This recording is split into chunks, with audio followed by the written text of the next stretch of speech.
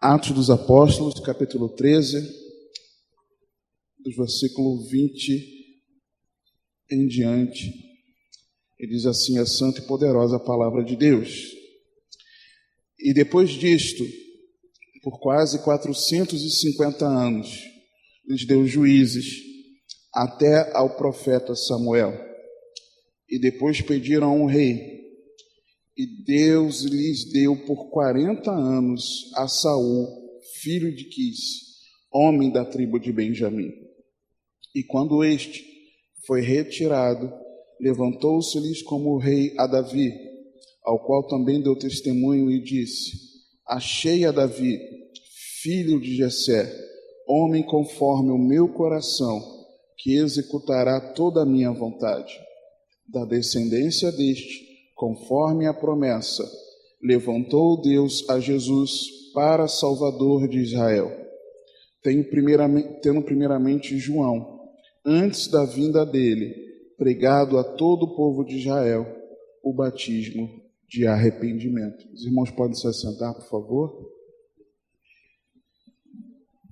Irmãos, muita alegria estar aqui compartilhando a palavra com os irmãos, e a minha intenção, o meu desejo no Senhor é que eu seja muito breve. Eu conto com as orações dos irmãos. E esse texto, ele veio a mim depois da nossa meditação, nosso plano de leitura bíblica, uma meditação antecipada que eu estava fazendo de textos. E lá em 2 Samuel, nós vamos ver esse texto mais à frente, no capítulo 7, nós vemos como o Senhor estabeleceu um reinado eterno através da descendência de Davi. Mas, na minha meditação, segundo o plano de leitura, alguns tempos atrás, algumas semanas atrás, meditando em 1 Samuel, eu via claramente como o povo havia desejado ter sobre si um novo governo, ter sobre a sua vida uma nova direção, ter sobre si um novo rei. E Atos, no capítulo 13, nós vemos isso aqui no versículo 21 especificamente. E depois pediram um rei. E Deus lhes deu por 40 anos a Saul, filho de Quis, homem da tribo de Benjamim. Talvez quando a gente veja assim, eles pediram um rei. Puxa, todo povo precisa de um rei. Talvez nós pensemos assim. E de fato, todo povo precisa de um rei. Só que nós veremos já já o contexto do porquê deles terem pedido esse rei e o que isso significava. Agora, irmãos, quem é que governa as nossas vidas? Quem é que governa nosso coração? A quem nós servimos? Quem reina sobre nós? Quem tem reinado na nossa vida? É a incredulidade? É a dúvida? É o pecado, nas suas mais variadas manifestações? Quem tem reinado no nosso coração? Eu preciso me fazer essa pergunta constantemente. Todo dia eu preciso me examinar e perguntar quem que está tomando conta desse coração aqui. Quem domina a minha vida? É a impaciência? É o rancor? É a mágoa? É a falta de perdão? Quem é que nos governa? É a televisão? São os noticiários? São as circunstâncias? É o nosso emocional? Quem é que nos governa? Quem é que, falando as claras, quem é que manda na gente? Quem é que manda em você? Quem é que manda no teu coração? Quem é que manda na sua vida? A quem você e eu, de verdade, nós estamos servindo? Estava ouvindo os louvores aqui, o penúltimo e o último citaram a respeito do Rei Jesus, de formas diferentes. Será que Jesus é quem governa a minha e a sua vida? E é isso que nós precisamos compreender nessa palavra, irmãos. No contexto, vá para o versículo 13, do mesmo capítulo 13.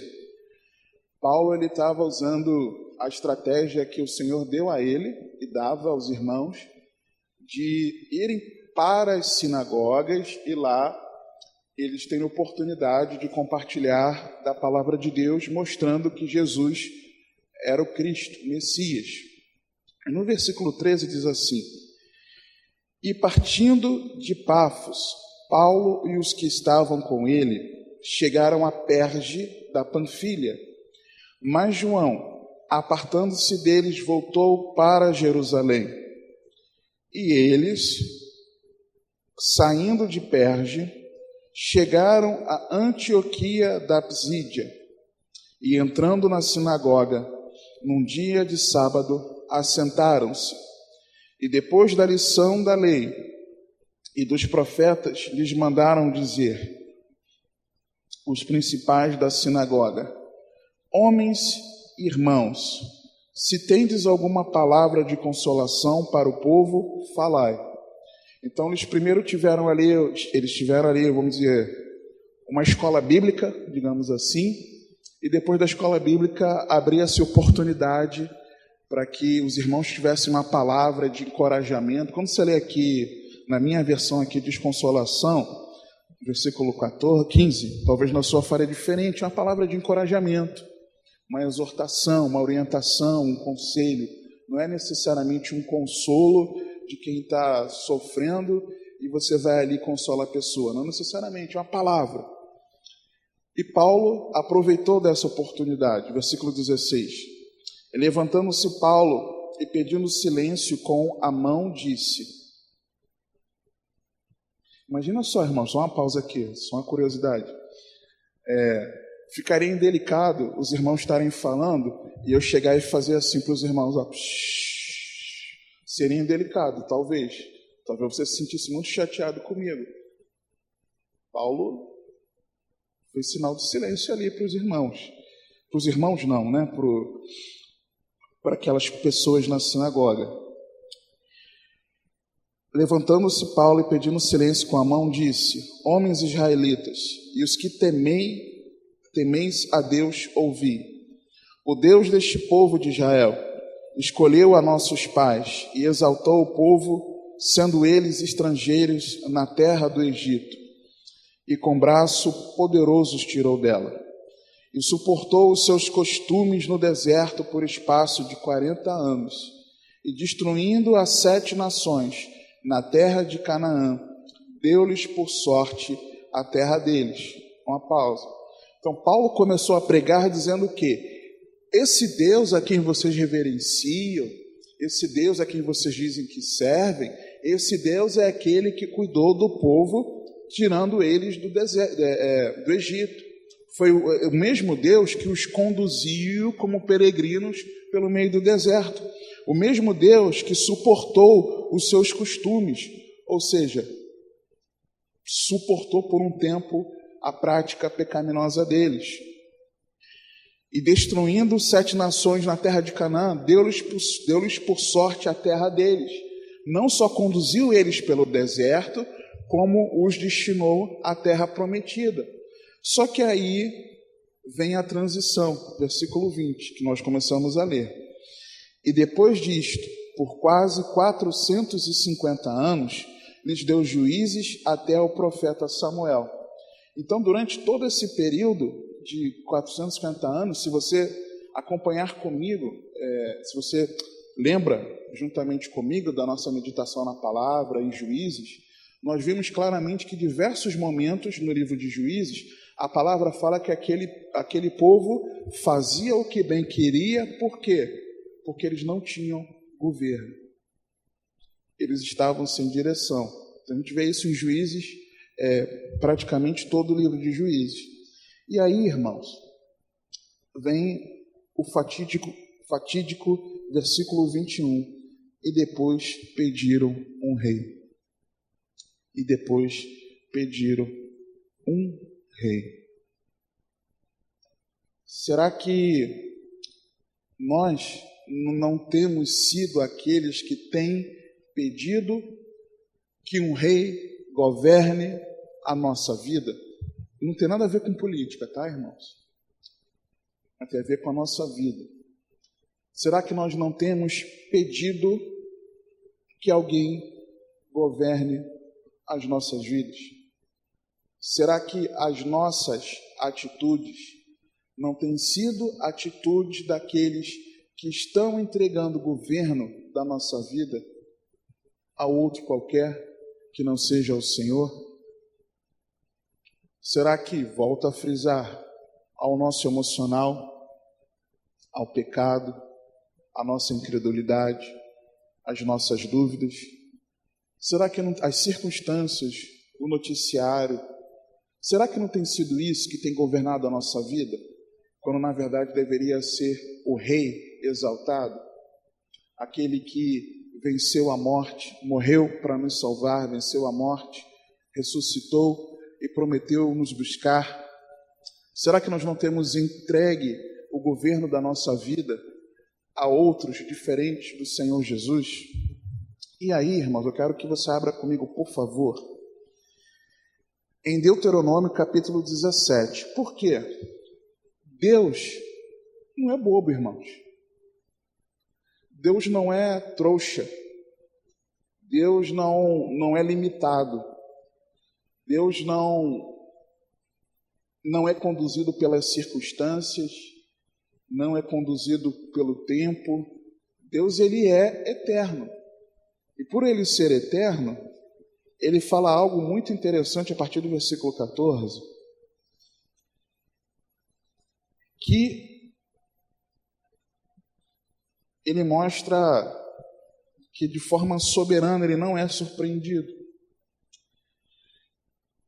Porque a partir do versículo 14 de Deuteronômio 17, a primeira palavra do versículo é quando, não é se. O texto não diz, se entrares na terra que o Senhor te dá, não, é quando. Então Deus já afirmou, quando? Quando entrares na terra que te dá o Senhor teu Deus, e a possuíres, e nela habitares, e disseres, porei sobre mim um rei, assim como tem todas as nações que estão em redor de mim. Dá uma pausa aí, irmãos. O Senhor não está falando, se vocês entrarem na terra, e se vocês pedirem um rei, Deus não está falando isso. Ainda no deserto, ainda antes do povo herdar a terra, ainda antes do tempo de Josué morrer, antes dos 450 anos de Juízes, antes vamos ver mais à frente, dos filhos de Samuel deixarem a desejar, e eles usarem isso como desculpa. Antes de tudo isso, o Senhor falou, quando vocês entrarem na terra, e vocês vão pedir um rei. E mais do que isso, não é pedir que alguém governe, pedir um rei da mesma forma como as nações ao redor tinham.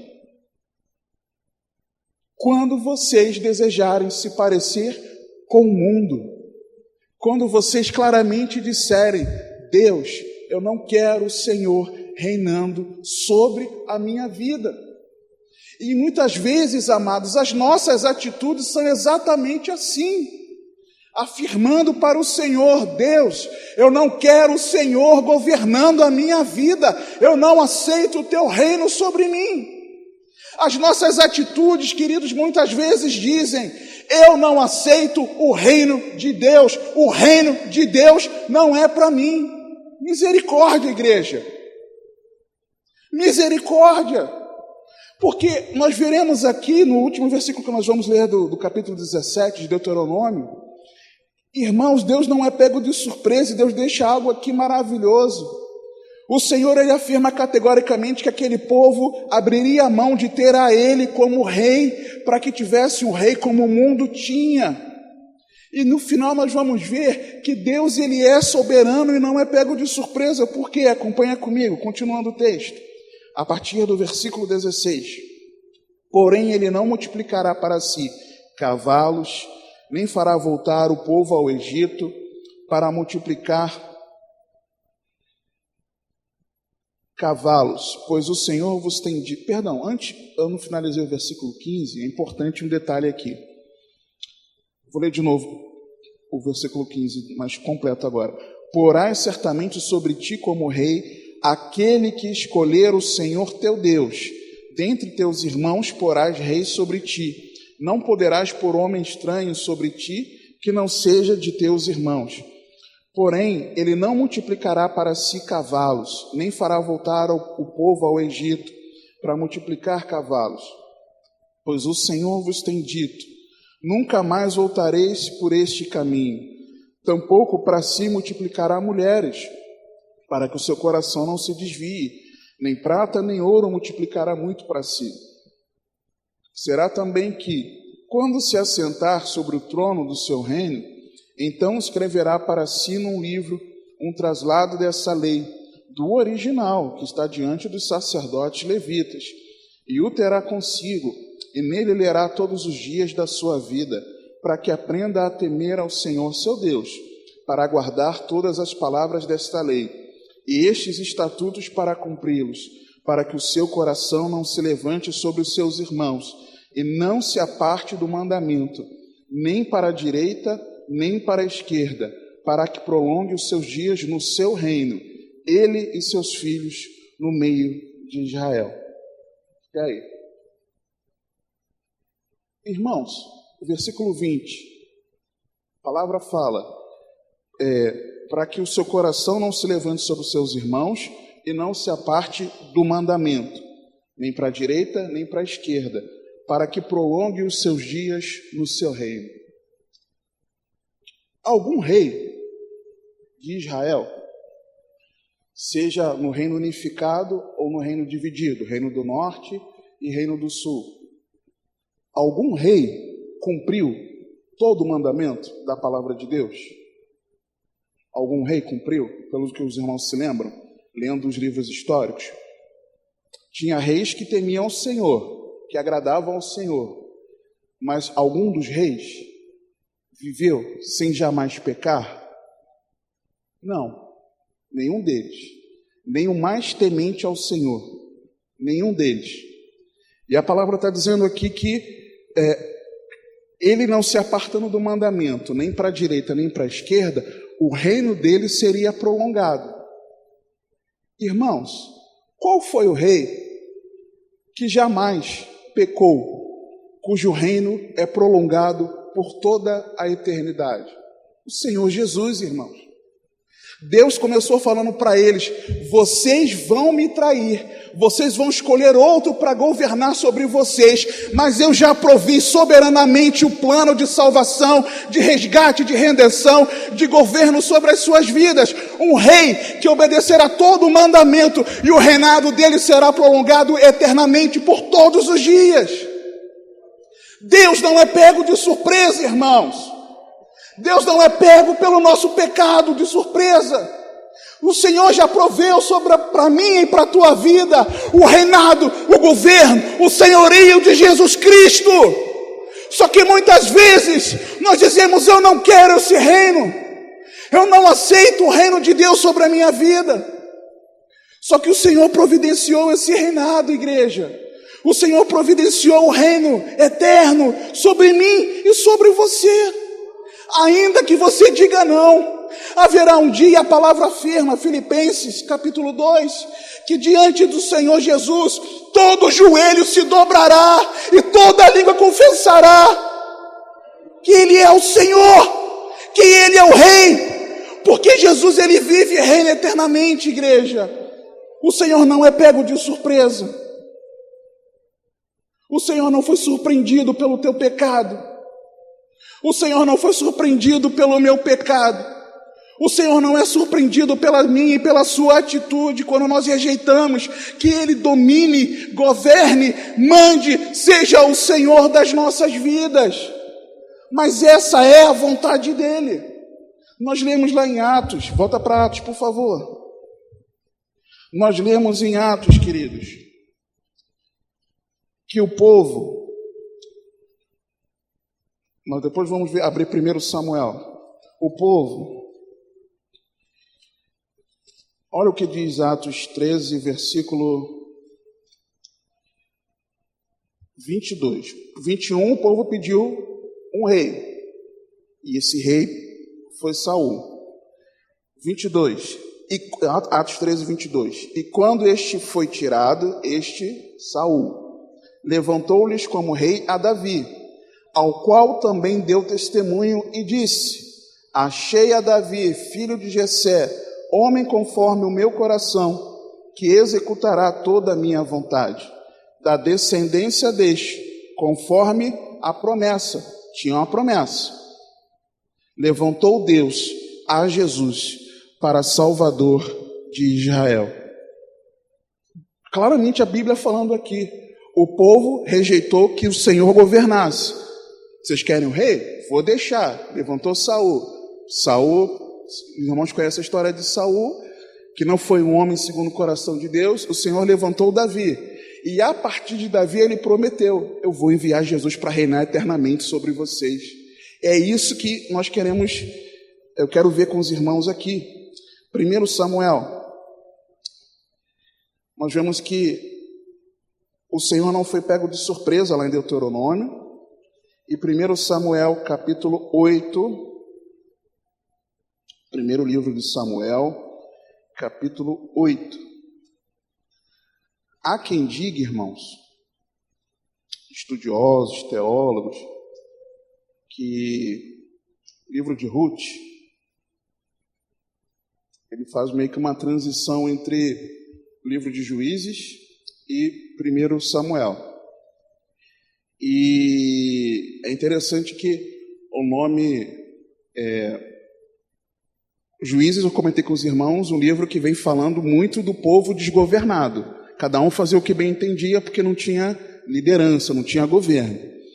E Ruth começa falando a respeito da fome que houve em Belém, e de Belém, Elimeleque com a sua família foram para Moabe. Elimeleque, uma curiosidade, significa exatamente o Senhor é o meu rei. Juízes anteriormente, não tinha governo. E começa o livro de Ruth, Elimeleque, o Senhor é o meu rei. Como é que o livro de Ruth termina? Termina falando, apontando para Davi. Termina justamente para dar um contexto histórico para afirmar de onde veio o rei Davi. E aqui, no capítulo 8 de 1 Samuel, a partir do versículo 1, existe o argumento para que nós rejeitemos o governo de Deus. Existe o argumento que queremos usar muitas vezes. Olha o que diz a palavra. E sucedeu que, tendo Samuel envelhecido, constituiu a seus filhos por juízes sobre Israel.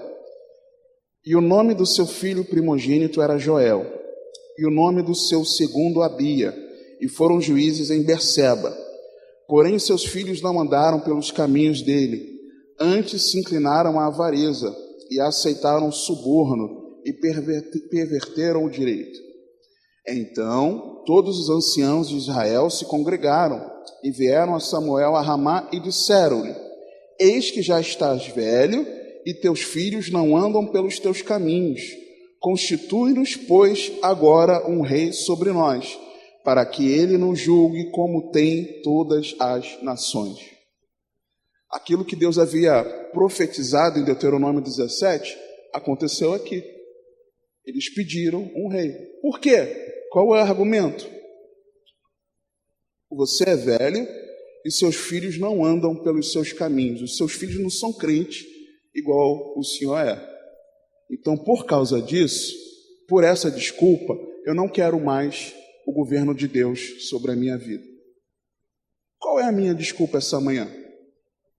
Qual é a sua desculpa essa manhã para rejeitar o reino de Deus na sua vida?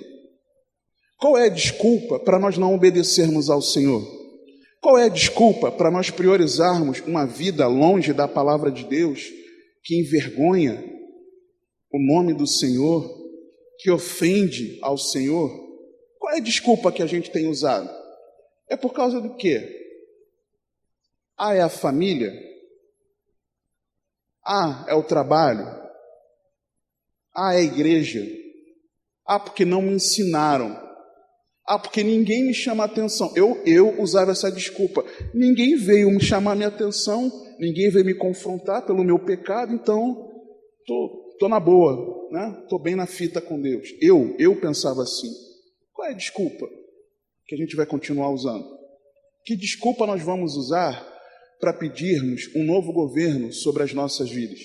Qual é a desculpa que nós vamos usar para não permitir que Jesus de verdade seja Senhor sobre todo o nosso ser? Qual é a desculpa, irmãos? Qual é a desculpa para nós não sermos guiados pelo Espírito Santo? Qual é a desculpa, igreja? Que desculpa eu tenho para argumentar e não querer que o Senhor reine sobre a minha vida? Eles usaram essa desculpa. Então, quando a gente rejeita o governo, quando nós rejeitamos o governo de Deus, nós precisamos saber que, primeiro, que Deus não é surpreendido, vimos Deuteronômio 17, mas nós não devemos usar desculpa. Não devemos ter essa desculpa bem afiadinha, pronta nos nossos lábios. A gente já tem uma resposta pronta. Não podemos ser assim, irmãos. Não podemos ter uma desculpa pronta para argumentar o porquê de nós estarmos desobedecendo a Deus. Não tem desculpa. Você não tem desculpa. Eu não tenho desculpa. Irmãos, pensa o seguinte: é o seu irmão que está aqui agora. Mas imagina se o Senhor Jesus estivesse aqui diante de nós. O Senhor Jesus. Não estou me comparando a Ele. Eu saí daqui, sumi, estou ali juntamente com você. Jesus é aqui. E o Senhor perguntasse individualmente para mim: Geraldo Augusto, por que você não tem vivido a minha palavra? Por que você não tem vivido a minha vontade? Por que você tem procurado andar conforme os seus próprios caminhos? Por que você tem rejeitado o meu senhorio, o meu governo sobre a sua vida? Eu vou ter argumento, até gaguejei agora, né? Eu faria exatamente isso. Eu só abaixaria a cabeça, me prostraria no chão e não teria o que falar para o Senhor. Eu não vou ter desculpa, irmãos. Só que eu falei disso aqui, mas haverá um dia que isso literalmente vai acontecer com cada um de nós. Cada um de nós vai estar diante do justo juiz. Cada um de nós. Cada um de nós. Que desculpa nós vamos ter diante de Jesus, irmãos? Eu fico desesperado em pensar de chegar diante do Senhor, o Senhor apontar a minha vida aqui, as minhas obras aqui nessa terra. Eu não vou ter argumento, irmãos. Eu não tenho argumento, irmãos. Não tem desculpa. Você não tem desculpa, querido. Continuando o texto. No versículo 5 mesmo, na parte B, constitui-nos, pois, agora um rei sobre nós, para que ele nos julgue como o tem todas as nações. Eu não quero mais o governo de Deus. Lembra que nós estamos falando do povo de Deus. Nós não estamos falando do ímpio que escolhe ter o Senhor como rei. Nós estamos falando do povo de Deus. O povo de Deus não quis mais o Senhor como rei. Eles queriam que alguém reinasse para que eles fossem como as outras nações. É como se fosse assim: Senhor, eu não quero que o Senhor seja Senhor sobre a minha vida, que o Senhor me mande, porque eu quero fazer como o mundo faz. Todo mundo faz. É como se eles estivessem dizendo: Senhor, todo mundo tem o seu rei. Senhor, todo mundo dá essa vacilada. Por que eu não posso? Todo mundo age dessa forma errada, fora do padrão da palavra. Por que eu não posso agir assim também? E muitas vezes nós queremos nos parecer com o mundo, irmãos. Muitas vezes as nossas atitudes se parecem com mundanos. Nós não podemos permitir que o nosso viver seja um viver à semelhança do mundo, daquele que não serve ao Senhor. Nós somos servos de Deus, nós somos povo de Deus. E eu exorto você em amor nessa manhã: arrependa-se, em nome do Senhor Jesus. Arrependa-se dos seus pecados, arrependa-se de uma vida que busca viver como o mundo vive, porque nós não somos desse mundo. Lembra quando a gente chegava diante da mãe e fazia coisa errada, a mãe ficava sabendo, a mãe interpelava e falava com a gente: por que você fez isso? Não era para fazer. Mamãe, mas o meu amiguinho fulano fazia, o ciclano fazia, o beltrano, todo mundo está fazendo lá na escola, os amigos aqui da rua, está todo mundo fazendo. O que a mãe falava? Você não, às vezes dando aquela chinelada silábica, né? Você não é todo mundo. Nós não fazemos parte desse mundo, irmãos. Jesus morreu, derramou o seu sangue precioso para que por esse alto preço você e eu fôssemos comprados de volta para Deus. Nós não somos desse mundo, não queira se parecer com esse mundo. Ainda que o mundo faça, nós não devemos fazer, irmãos. O nosso padrão é a palavra de Deus. Versículo 6 em diante, nós vamos ver que quando a gente pede que um novo rei governe o nosso coração através das nossas atitudes, isso mostra, na verdade, que nós temos um coração endurecido, um coração que de verdade não crê em Deus. Acompanhe o texto comigo. Versículo 6. Porém, esta palavra pareceu mal aos olhos de Samuel quando disseram: dá-nos um rei para que nos julgue. E Samuel orou ao Senhor. E disse o Senhor a Samuel: ouve a voz do povo em tudo quanto te dizem, pois não te tem rejeitado a ti, antes a mim me tem rejeitado, para eu não reinar sobre eles, conforme a todas as obras que fizeram, desde o dia em que os tirei do Egito, até o dia de hoje, a mim me deixaram, e a outros deuses serviram, assim também fazem a ti. Esse povo é ímpio desde sempre. É que o Senhor está falando aqui. Samuel, descansa o teu coração, não é nada contra você. Eles estão rejeitando que eu governe sobre eles. Estão me rejeitando. E isso não me surpreende, porque eu sei que eles sempre foram assim. Sempre foram assim. Ou seja, nunca creram em mim de verdade. Sempre tiveram o coração endurecido. Quando nós nos reportamos a Hebreus, no capítulo 3, a palavra nos diz isso, que o povo no deserto tinha um coração endurecido. Hoje, se ouvires atentamente a voz do Senhor, não endureçais o vosso coração, se referindo a esse povo aqui que o Senhor falava no versículo 8. Quando nós temos a atitude daqueles que não são servos de Deus, que Jesus não é o rei, isso mostra que nós não cremos no Senhor, irmãos. E vou falar um negócio. É simples assim. Quando você quer a salvação em Jesus, mas você não quer o senhorio dele para o obedecer, isso mostra que você não crê em Jesus. Quando eu quero a salvação que há em Jesus, mas eu não quero me submeter aos seus ensinamentos, o que isso mostra? Que de verdade eu não creio em Jesus. É isso. Nós temos um coração endurecido e nós precisamos nos converter completamente ao Senhor. Continuando o texto, a partir do versículo 9, nós vemos que há consequências, irmãos. Há consequências. O Senhor continuou falando a Samuel, para que ele passasse a informação ao povo. Agora, pois, ouve a sua voz, porém, protesta-lhes solenemente e declara-lhes qual será o costume do rei que houver de reinar sobre eles.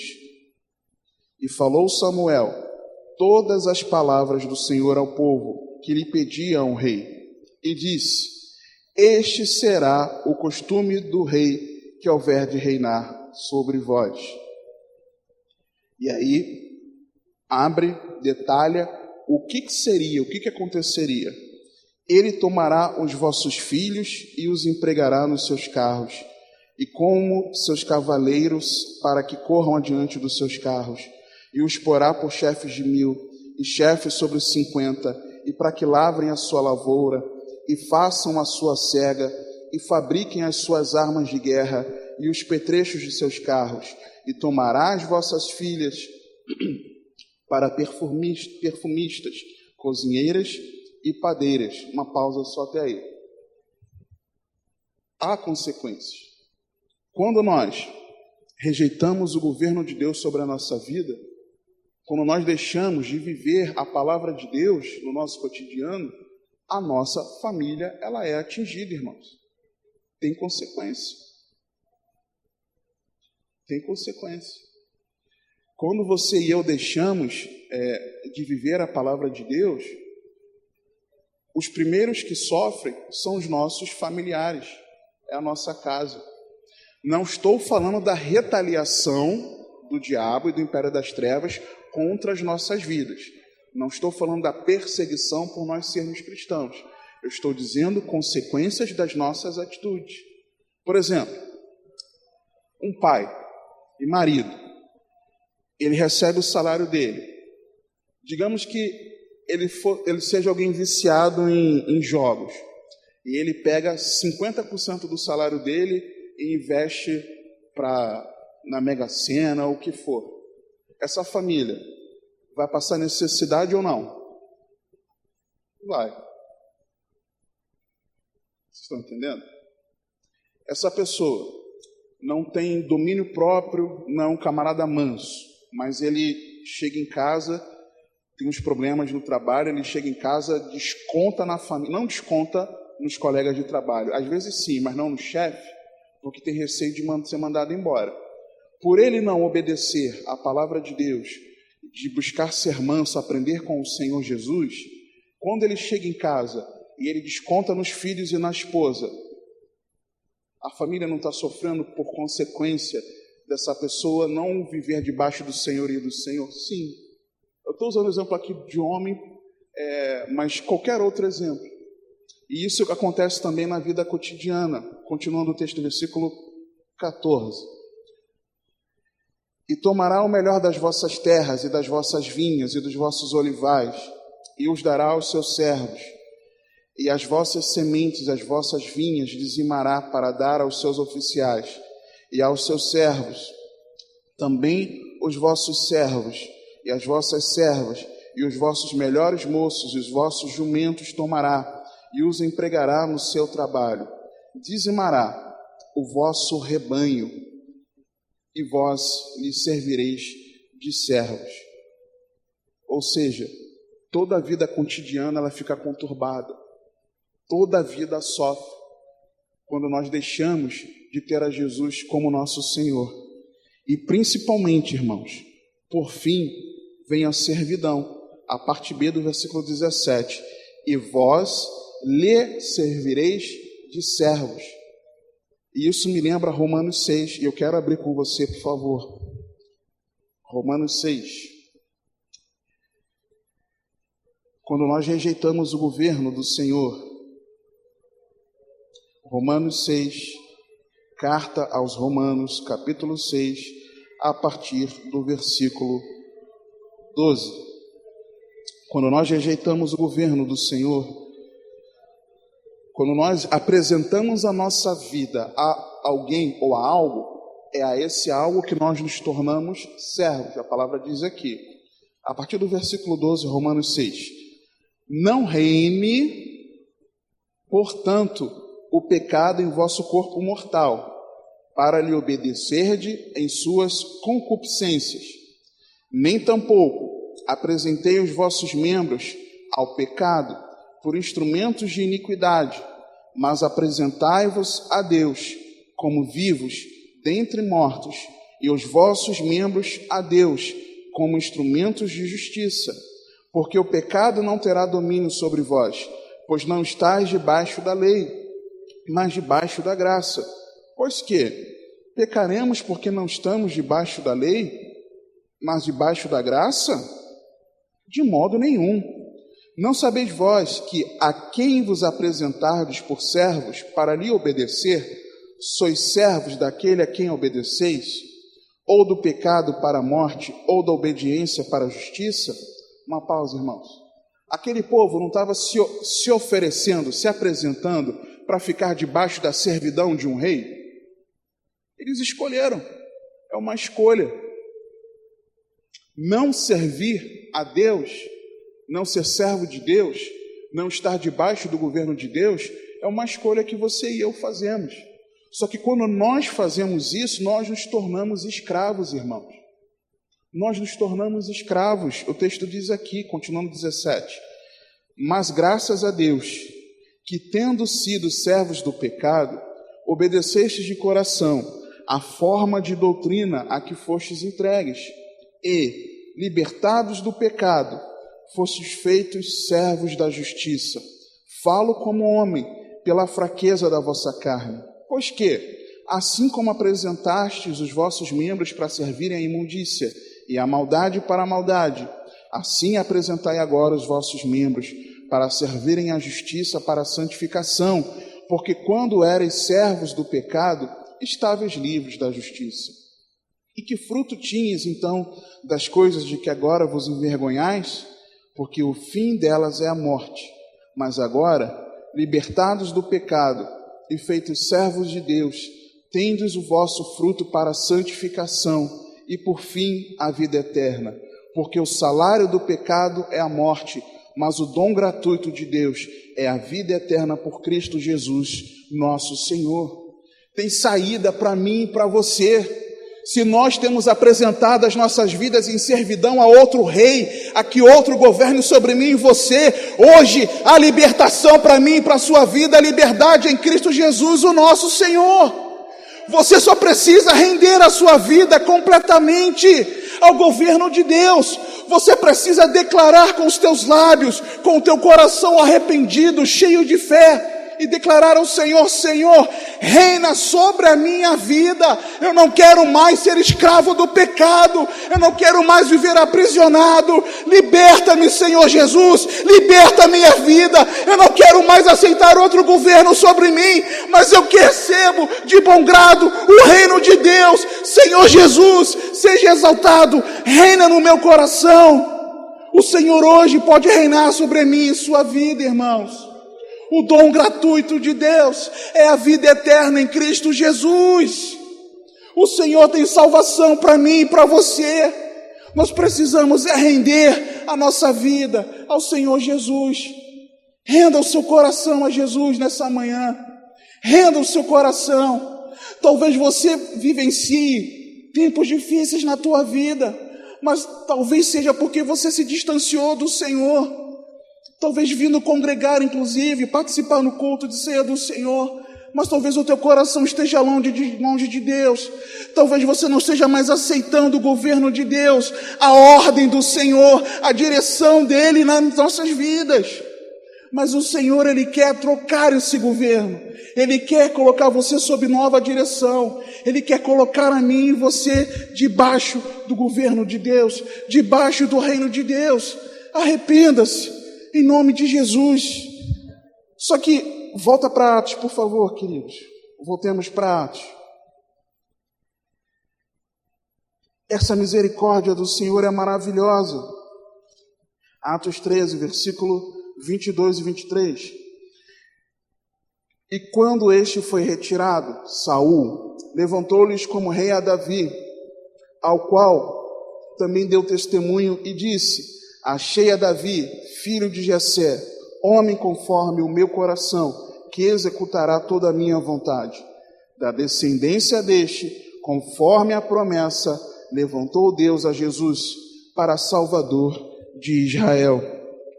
Abra comigo, por favor, primeiro livro de Crônicas, capítulo 28.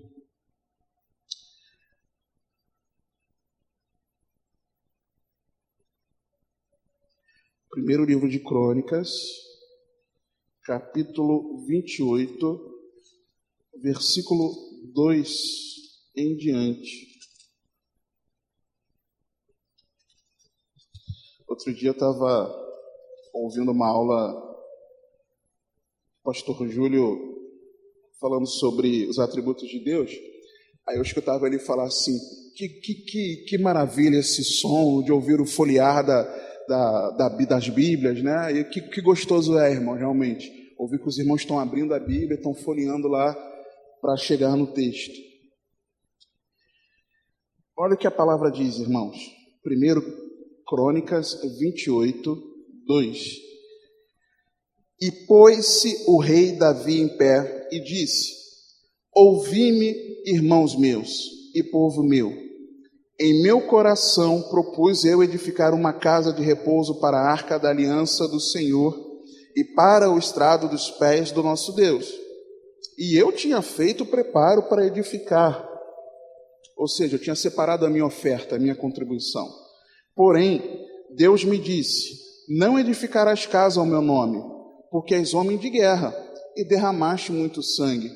E o Senhor Deus de Israel escolheu-me de toda a casa de meu pai, para que eternamente fosse rei sobre Israel, porque a Judá escolheu por soberano, e a casa de meu pai na casa de Judá.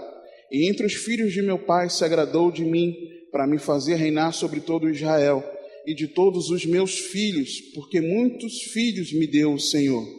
Escolheu ele o meu filho Salomão para assentar no trono do reino do Senhor sobre Israel. Uma pausa. No versículo 4, ele diz o seguinte: olha, o Senhor prometeu que eternamente eu reinaria sobre Israel, através da minha descendência. No versículo seguinte, ele diz, olha, ele escolheu a Salomão para que Salomão se assentasse no reino do Senhor sobre Israel. Talvez, dependendo da tua versão, a ordem das palavras está um pouquinho diferente, mas tem o mesmo sentido, de que Salomão ele não seria rei no reino dele, mas seria rei no reino do Senhor. E isso é muito significativo, porque o povo de Deus não é um povo como os outros. Lembra que eles pediram rei como as outras nações? Não, mas o povo de Deus é do Senhor, aquele povo é de Deus. Então o Senhor fala aqui, no trono do reino do Senhor. A minha vida, desde que eu rendi a minha vida ao Senhor, ela não me pertence mais. O reino da minha vida não é do Geraldo Augusto. O reino da sua vida não é seu. Se você se rendeu ao Senhor, você não se pertence mais, mas você é de Cristo. E se você é de Cristo, o reino não é seu, não é você que manda. O reino é do Senhor. Vocês estão entendendo? É muito interessante esse detalhe do texto aqui. Versículo 6. E me disse: teu filho Salomão, ele edificará a minha casa e os meus atos, porque eu escolhi para filho, e eu lhe serei por pai, e estabelecerei seu reino para sempre, se perseverar em cumprir os meus mandamentos e os meus juízos, como até o dia de hoje. Uma pausa. Estabelecerei o seu reino, está falando de Salomão. Salomão era eterno? Não era. Como é que Salomão seria rei para sempre? Impossível. Salomão cumpriu todos os mandamentos? Claro que não, ninguém cumpriu, somente um. Somente um cumpriu todos os mandamentos. Somente um, aquele que vive e reina eternamente, o Senhor Jesus Cristo. O Senhor estava prometendo aqui que enviaria Jesus para reinar sobre as nossas vidas. O Senhor estava prometendo aqui o reino de Deus. Nós precisamos ser gratos ao Senhor, porque o Senhor Jesus é que nos conduz ao reino de Deus. Ele é o rei. Abra 2 Samuel. Nós não nos mandamos, nós não reinamos sobre nós. 2 Samuel 7, a partir do versículo 12. 2 Samuel 7, 12 a 21. E foi esse texto aqui que me chamou a atenção sobre esse reinado eterno. Quando teus dias forem completos e vires a dormir com teus pais, então farei levantar depois de ti um dentre a tua descendência, o qual sairá das tuas entranhas, e estabelecerei o seu reino.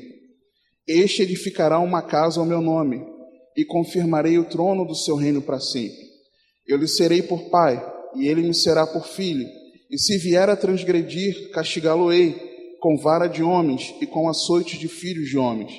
Mas a minha benignidade não se apartará dele, como a tirei de Saul, a quem tirei de diante de ti. Porém a tua casa e o teu reino serão firmados para sempre diante de ti. Teu trono será firme para sempre.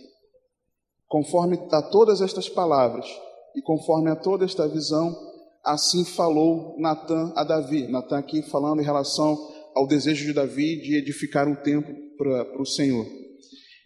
18. Então entrou o rei Davi e ficou perante o Senhor e disse: Quem sou eu, Senhor Deus?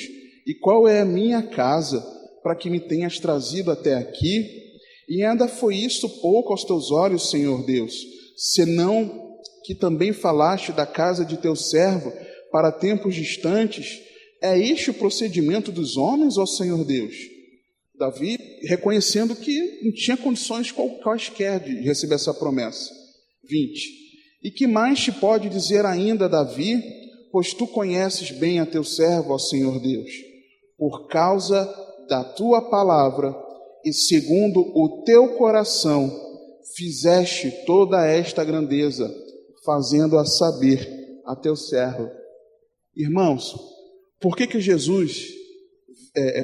o Pai enviou Jesus para que reinasse sobre o seu povo? Porque Deus quis nos salvar, irmãos. Foi da vontade de Deus. Deus quis salvar a mim e a você. Deus quis. Não é porque nós escolhemos a Deus, mas é porque Ele nos amou primeiro. 1 João capítulo 4 nos afirma isso. Nós o amamos porque Ele nos amou primeiro. Deus quis nos salvar. Deus quis trazer Jesus, enviar Jesus para salvar a minha e a tua vida, para que debaixo do senhorio dele nós nos conduzíssemos. Ele é o nosso Senhor. Voltando para Atos, capítulo 13. Atos 13. A palavra de Deus, ela nos mostra, a partir do versículo 23, da descendência deste, conforme a promessa, levantou Deus a Jesus para Salvador de Israel, tendo primeiramente João, antes da vinda dele, pregado a todo o povo de Israel o batismo de arrependimento. E quando segura o teu dedo aí em Atos, dá uma passeada comigo rapidamente, lá em Lucas, capítulo 1.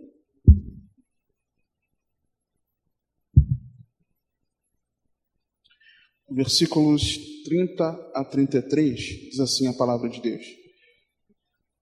Disse-lhe então o anjo: Maria, não temas, porque achaste graça diante de Deus.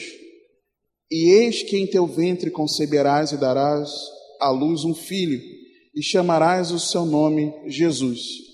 Este será grande, e será chamado Filho do Altíssimo, e o Senhor Deus lhe dará o trono de Davi, seu pai, e reinará eternamente na casa de Jacó, e o seu reino não terá fim. O Senhor prometeu e enviou Jesus para minha e para a sua salvação. Quando nós não queríamos que o Senhor governasse sobre as nossas vidas, o Senhor já sabia de tudo isso, e Ele proveu a nossa entrada no reino de Deus, por meio de Jesus Cristo. Jesus Salvador de Israel, Jesus Salvador do seu povo, Jesus o meu e o teu Salvador, mas Ele também precisa ser o nosso Senhor. Agora, como, igreja? Como nós podemos viver debaixo desse reinado do Senhor? Acompanhe comigo, por favor, o versículo 26 de Atos 13. Homens, irmãos, filhos da geração de Abraão, e os que dentre vós temem a Deus, a vós vos é enviada a palavra desta salvação. Em primeiro lugar, é nós crermos na palavra de Deus. A palavra de Deus precisa ser verdade sobre a minha e a tua vida. Continuando o texto. Por não terem conhecido a este, os que habitavam em Jerusalém e os seus príncipes condenaram-no, cumprindo assim as vozes dos profetas que se leem todos os sábados. Segundo lugar, nós precisamos conhecer quem é Jesus, igreja. Nós precisamos ter um relacionamento pessoal com o Senhor, por não terem conhecido a este. A este quem? A Jesus. Você conhece a Jesus? Eu conheço a Jesus Cristo? Nós temos um relacionamento pessoal com Ele? Versículo 28. E embora não achassem alguma causa de morte, pediram a Pilatos que ele fosse morto. E havendo eles cumprido todas as coisas que dele estavam escritas, tirando do madeiro, o puseram na sepultura. Terceiro lugar, nós precisamos nos identificar com a morte de Jesus. E embora não achassem alguma causa de morte. Por quê? Porque Jesus jamais pecou. E por que Jesus morreu? Por causa dos seus pecados. Dos seus pecados. Dos meus pecados. Nós precisamos nos identificar com a morte do Senhor. Em terceiro lugar, versículo 30. Mas, isso é maravilhoso. Mas Deus o ressuscitou dentre os mortos. E ele por muitos dias foi visto pelos que subiram com ele da Galiléia a Jerusalém, e são as suas testemunhas para com o povo. E nós vos anunciamos que a promessa que foi feita aos pais, Deus a cumpriu a nós, seus filhos, ressuscitando a Jesus. Nós precisamos ter a esperança em Jesus Cristo, a esperança de que Ele vive e que Ele voltará para nos buscar. A esperança de que ainda que nós morramos, ainda que esse corpo carnal pereça, nós seremos ressuscitados e para sempre estaremos com Ele. Nós precisamos ter essa esperança da vida eterna. Em quarto lugar, versículo 38. Seja-vos, pois, notório, homens e irmãos, que por este se vos anuncia a remissão dos pecados, e de tudo que pela lei de Moisés não pudestes ser justificados. Por ele é justificado todo aquele que crê. Nós precisamos crer no Senhor Jesus e nos arrepender de todos os nossos pecados. De todos os nossos pecados, irmãos. E eu finalizo em Marcos capítulo 1, versículo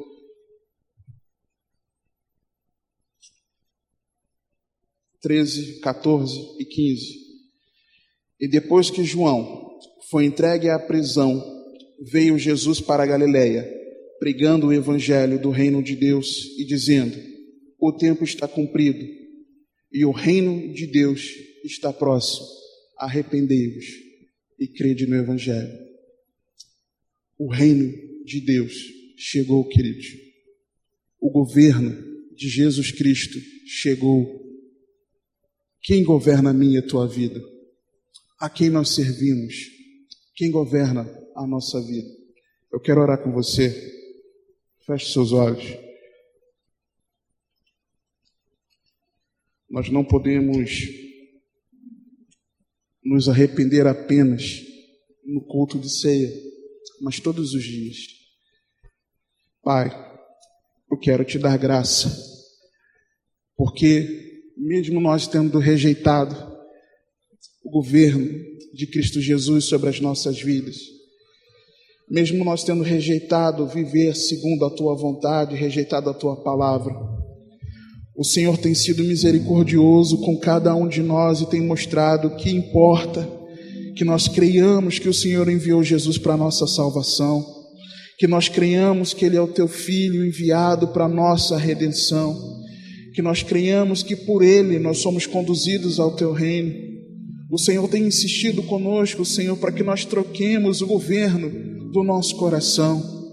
Senhor, ajuda-nos a entender que essa escolha que nós fazemos, pedindo que outro rei governe os nossos corações, isso te afronta, Senhor. Tem misericórdia de mim, da minha vida, Senhor. Tem misericórdia, Senhor, dos meus pecados. Perdoa-me, Senhor. Perdoa-me quando as minhas atitudes, Senhor, demonstram que eu não quero viver debaixo do Teu senhorio. Perdoa-me, Senhor, quando as minhas atitudes demonstram que eu não estou vivendo como verdadeiro discípulo de Cristo. Perdoa-me, Senhor, quando as minhas atitudes demonstram que eu não estou fazendo parte de verdade da igreja. Tem misericórdia de mim, Pai. E eu rogo também pelos meus irmãos, ó Pai. Tem misericórdia de nós, Pai, por favor, por graça e por misericórdia. Não é porque nós quisemos, mas foi Tua vontade, Pai, nos salvar. Foi Tua vontade, Senhor, comprar a nossa briga. Foi Tua vontade, Senhor, estar naquela cruz reconciliando-nos contigo, Senhor. Foi a Tua vontade, Senhor, salvar aquele que havia se perdido. Foi Tua vontade, Senhor, nos desviar da Tua ira. Foi a Tua vontade, Senhor. Por isso nós jogamos a Ti, Espírito Santo de Deus. Tu nos conhece, nos sonda. Vê se há em nós algum caminho mau. E certamente há, Senhor, eu falo por mim, Pai. E guia-nos ao caminho eterno, Senhor. Quebranta nossos corações diante da Tua presença. O Senhor mostra na Tua palavra que Tu és soberano, Senhor. O Senhor não foi pego de surpresa, mas o Senhor já sabia que aquele povo escolheria outro rei, outro governo. O Senhor não foi pego de surpresa pelas nossas atitudes. O Senhor já sabia que nós pecaríamos. E é por isso, Senhor, que nós podemos nos alegrar, porque Jesus morreu naquela cruz para nos salvar. Jesus morreu naquela cruz não apenas para ser o nosso Salvador, mas o Senhor Jesus, Ele ressuscitou ao terceiro dia e vivo está para sempre, reinando. E nós queremos clamar a Ti, Senhor Jesus, reina sobre os nossos corações. Arranca de nós, Senhor, aquilo que tem entristecido, te afrontado, Senhor. Arranca de nós, Senhor, por favor, aquilo que foge à Tua vontade. Reina sobre nós, Senhor Jesus. Reina sobre os nossos corações. Nós entregamos os nossos corações a Ti, Senhor. Nós confessamos a Ti, Senhor Jesus, como nosso único, suficiente, exclusivo Senhor e Salvador para sempre. E é em nome de Jesus que nós oramos, o nosso eterno Rei, o nosso Senhor. Amém, Senhor. Graças a Deus.